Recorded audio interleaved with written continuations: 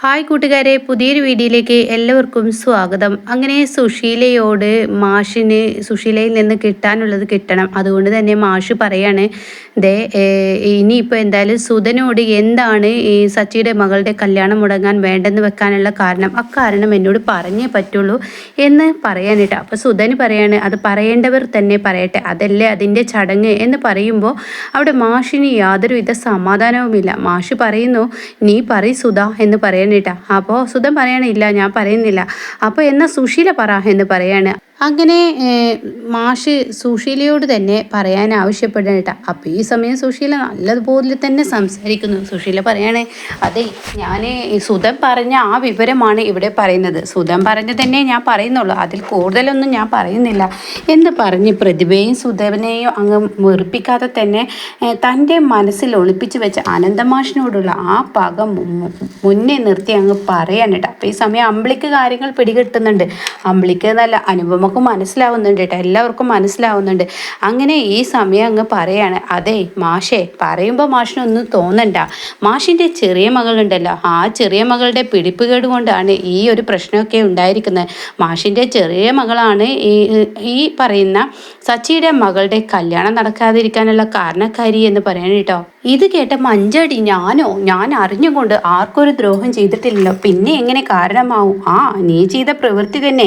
നീ സോഷ്യൽ മീഡിയയിലൊക്കെ വിവാദമല്ലേ, ഇങ്ങനെ വിവാദമായ ഒരു പെണ്ണിൻ്റെ ആങ്ങളെ കല്യാണം കഴിക്കാൻ പോകുന്നത് അതാണെന്ന് അറിഞ്ഞു കഴിഞ്ഞാൽ ഏത് ചെറുക്കനാ പെണ്ണെടുക്കുക? ആരെ കൊണ്ടും കഴിയില്ല.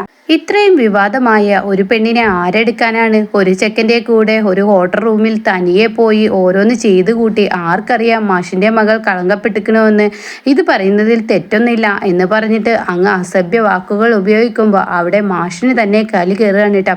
മാഷ് പറയണേ, സുശീലെ, എൻ്റെ മകളെ പറ്റി അനാവശ്യം പറഞ്ഞു കഴിഞ്ഞാൽ അത് കേട്ട് നിൽക്കാൻ എനിക്ക് കഴിയില്ല, ഒന്ന് നിർത്തുന്നുണ്ടോ എന്ന് പറയണേ. അപ്പോഴേക്കും മഞ്ചാടി ആകെ വെറുങ്ങലിച്ചതുപോലെ ആയിട്ടോ. മഞ്ചാടി അന്ന് തന്നോട് ആ പറഞ്ഞ കാര്യങ്ങളുണ്ടല്ലോ, അതായത് ഒരു പെണ്ണിനൊരു പേരുദോഷം കെട്ടുകഴിഞ്ഞാൽ അത് ജീവിതകാലം മുഴുവൻ ഉണ്ടാവും, എന്നാൽ ആ ചെയ്ത ആൾ തന്നെ കെട്ടുകയാണെങ്കിൽ തൻ്റെ ജീവിതത്തിൽ ഇനിയൊരു പ്രശ്നവും വരില്ല എന്ന് പറഞ്ഞ ആ വാക്കിട്ട അത് മഞ്ചാടിയുടെ ഉള്ളിൽ ഇങ്ങനെ വേട്ടയാടിയും കൊണ്ടിരിക്കുകയാണ്. അപ്പോഴാണ് സുശീലയുടെ ഈ ഒരു പ്രവൃത്തി ഇട്ട. അങ്ങനെ വീണ്ടും സച്ചിയുടെ കുടുംബത്തിൽ നിന്ന് ഈ ഒരു വാക്ക് ഉയർന്നത് കൊണ്ട് തന്നെ മഞ്ചാടി ഒന്ന് നിർത്തുന്നുണ്ടോ എന്ന് പറയണേ. അപ്പോഴും ഞാൻ എന്തിനാടി നിർത്തുന്നത്? നീ ചെയ്ത പ്രവൃത്തിയുടെ ദോഷം കൊണ്ടല്ലേ ഇങ്ങനെയൊക്കെ പറഞ്ഞു കേൾക്കുന്നത്. പാവം സച്ചിയുടെ മകളുടെ വിവാഹ നിശ്ചയം എന്നോ നടത്തിയതാണ്. നാട്ടുകാരും അറിയെ നടത്തിയ ആ വിവാഹമാണ് ഇനി ഇല്ലാതാവാൻ പോകുന്നത്. ഇനി കാരണം വേറൊരു പെണ്ണിനും കൂടി പേരുദോഷവും താലിക്ക് ഭാഗ്യമില്ലാതെയും പോകുന്നു എന്നൊക്കെ പറയുമ്പോൾ അമ്പിളിക്ക് ദേഷ്യം പിടിക്കാൻ കേട്ടോ. അമ്പിളി പറയും, അച്ഛാ ഇനി എനിക്ക് ക്ഷമിക്കാൻ കഴിയില്ല. ഇവരിവിടുന്ന് പോകുന്നില്ലെങ്കിൽ അടുക്കളയിൽ നിന്നും കത്തിയോ ചൂലോ എടുത്ത് ഇവരുടെ നേർക്ക് ഞാനങ്ങ് എടുക്കും. അത് വെറുതെ ചെയ്യിപ്പിക്കാൻ എന്നെക്കൊണ്ട് നിൽക്കണ്ട. ഇവർ പറയുന്നതെല്ലാം കേട്ട് നിൽക്കാൻ എനിക്ക് കഴിയില്ല. ഇവർ മനഃപൂർവ്വം പ്രതിഭയുടെ കല്യാണം പറയാനെന്ന് പറഞ്ഞ് ഇവർ നമ്മളെ വേദനിപ്പിക്കാനായിട്ട് ഇങ്ങോട്ടേക്ക് വന്നതാ. ഇവർക്ക് എന്തെങ്കിലും അച്ഛാ നമ്മളോട് സ്നേഹമുണ്ടായിട്ടുണ്ടോ? ഇന്ന് ഈ അനുപമ ഇവിടെ വന്നു ചേർന്നിട്ട് ഇന്നേ വരെ ഇവരെ എന്തെങ്കിലും ഒരു നല്ല കാര്യത്തിന് ഇവരിവിടെ വന്നിട്ടുണ്ടോ? ഇവർ വരുന്നുണ്ടെങ്കിൽ എന്തിനു വേണ്ടിയിട്ടാണ് എന്നൊക്കെ പറഞ്ഞിട്ട് അങ്ങ് ഒച്ചയെടുക്കുകയാണ് കേട്ടോ. എന്നാൽ ഈ സമയം ഇത് കേട്ട് നിൽക്കാൻ ഒരിക്കലും മാഷിന് കഴിയില്ല. അച്ഛൻ പറയുന്നുണ്ടോ എന്ന് ഉറക്കെ ഒച്ചയെടുക്കുമ്പോൾ ചിരുവിനെ അങ്ങ് ദേഷ്യം പിടിക്കാൻ കേട്ടോ. നിങ്ങൾ ഇത്ര നല്ല പിള്ള ചമഞ്ഞ് സംസാരിക്കൊന്നും വേണ്ട. ഒരു അവിഹിതത്തിന് കൂട്ടുനിന്ന ഒരു അമ്മയാണ് നിങ്ങൾ ഇത്ര വല്ലാതെ പറയുന്നു വേണ്ട. നിങ്ങളുടെ മകൻ എന്തൊക്കെയാണ് ചെയ്തു കൂട്ടുന്നതെന്ന് നിങ്ങൾക്ക് തന്നെ അറിയോ എന്നൊക്കെ പറയുമ്പോൾ ഹർഷയുമായി കൂട്ടുപിടിക്കാൻ നിങ്ങൾ തന്നെ കുടപിടിച്ച് കൊടുക്കുന്ന ആളല്ലേ എന്ന് ചിരുവും പറയുമ്പോൾ, എടി പെണ്ണെ, വായിൽ തോന്നിയത് വിളിച്ചു പറഞ്ഞാൽ കേട്ടു നിൽക്കില്ല. അപ്പോഴേക്കും അമ്പിളി, എന്താ ചീരു പറഞ്ഞത് തെറ്റുള്ളത്? ഒരു തെറ്റുമില്ല. നീ നിന്റെ ഗർഭം മറച്ചു വെക്കാൻ നോക്കിയതല്ല, അത് എൻ്റെ ഇഷ്ടമാണ്. എൻ്റെ ഗർഭം മറച്ചു വെക്കണോ വേണോ എന്നുള്ള ചിന്തിക്കേണ്ടത് ഞാനാണ്, അല്ലാതെ നിങ്ങളുടെ മകനെ പോലെ അവിടെയും ഇവിടെയും പോയിട്ടില്ല. അതൊക്കെ കേട്ട് അനുപമയ്ക്ക് എന്ത് പറയണമെന്ന് അറിയില്ല കേട്ടോ. അനുപമ ആകെ സങ്കടത്തോടു കൂടി നിൽക്കുകയാണ്. എത്ര വൃത്തികെട്ടവനാണെങ്കിലും തൻ്റെ കുഞ്ഞിൻ്റെ അച്ഛനല്ലേ, ആ അച്ഛനെ കുറിച്ച് പറയുമ്പോൾ എത്രയായാലും മനസ്സിന് വേദന വരുന്നുണ്ട്. എങ്കിലും കൂടി അത് കേട്ട് നിൽക്കേ പാകമുള്ളൂ. കാരണം സുശീലക്ക് കൊട്ടാനുള്ള ഇതിലും വലുതില്ല. അങ്ങനെ അമ്പിളിയും ചീരവും മാറി മാറി ഓരോന്ന് പറയാണ്. അപ്പോഴേക്കും അനന്തമാഷി എന്ത് പറയുമ്പോഴും അനന്തമാഷിൻ്റെ മക്കൾ 5 നല്ല അടിപൊളി പെൺകുട്ടികളാണെന്ന് പറയും. എന്നാൽ 5-ൽ 4 ഇവിടെ വന്ന് നിൽക്കുന്നുണ്ടല്ലോ. ഒന്നിനെ കല്യാണം ഉറപ്പിച്ചപ്പോഴേക്കും വീട്ടിലാകെ പ്രശ്നങ്ങളായി. ഇനിയിപ്പോൾ ഒന്നും കൂടിയല്ലേ ഉള്ളൂ, അതും ഇപ്പോൾ ഈ വീടിൻ്റെ പടി ചുവട്ടി വരുമെന്ന് പറയാനിട്ടാ. അപ്പോൾ ഇത് കേൾക്കുന്ന അമ്പിളിക്ക് ദേഷ്യം കയറാണ്. അച്ഛാ, ഞാൻ ക്ഷമിക്കുന്നതിലൊരു പരിധിയുണ്ട്. ഇനി ഞാൻ ഇവരെ എന്തെങ്കിലും ചെയ്തു പോകും.